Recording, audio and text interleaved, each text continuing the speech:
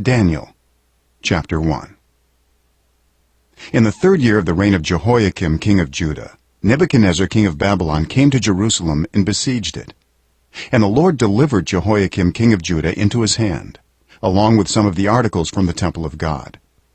These he carried off to the temple of his God in Babylonia, and put in the treasure house of his God. Then the king ordered Ashpenaz, chief of his court officials, to bring into the king's service some of the Israelites from the royal family and the nobility, young men without any physical defect, handsome, showing aptitude for every kind of learning, well informed, quick to understand, and qualified to serve in the king's palace. He was to teach them the language and literature of the Babylonians. The king assigned them a daily amount of food and wine from the king's table. They were to be trained for 3 years, and after that they were to enter the king's service.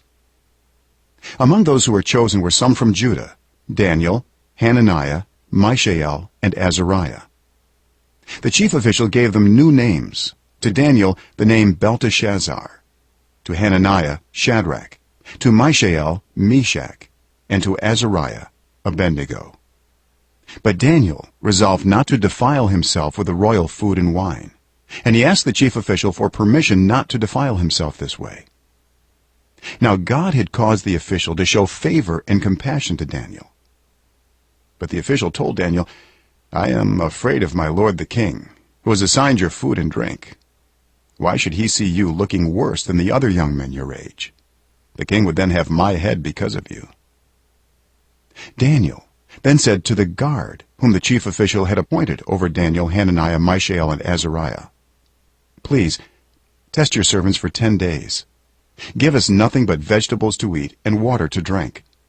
Then compare our appearance with that of the young men who eat the royal food, and treat your servants in accordance with what you see." So he agreed to this, and tested them for 10 days. At the end of the 10 days, they looked healthier and better nourished than any of the young men who ate the royal food. So the guard took away their choice food and the wine they were to drink, and gave them vegetables instead. To these 4 young men God gave knowledge and understanding of all kinds of literature and learning, and Daniel could understand visions and dreams of all kinds. At the end of the time set by the king to bring them into his service, the chief official presented them to Nebuchadnezzar. The king talked with them, and he found none equal to Daniel, Hananiah, Mishael, and Azariah. So they entered the king's service. In every matter of wisdom and understanding about which the king questioned them, he found them 10 times better than all the magicians and enchanters in his whole kingdom. And Daniel remained there until the 1st year of King Cyrus.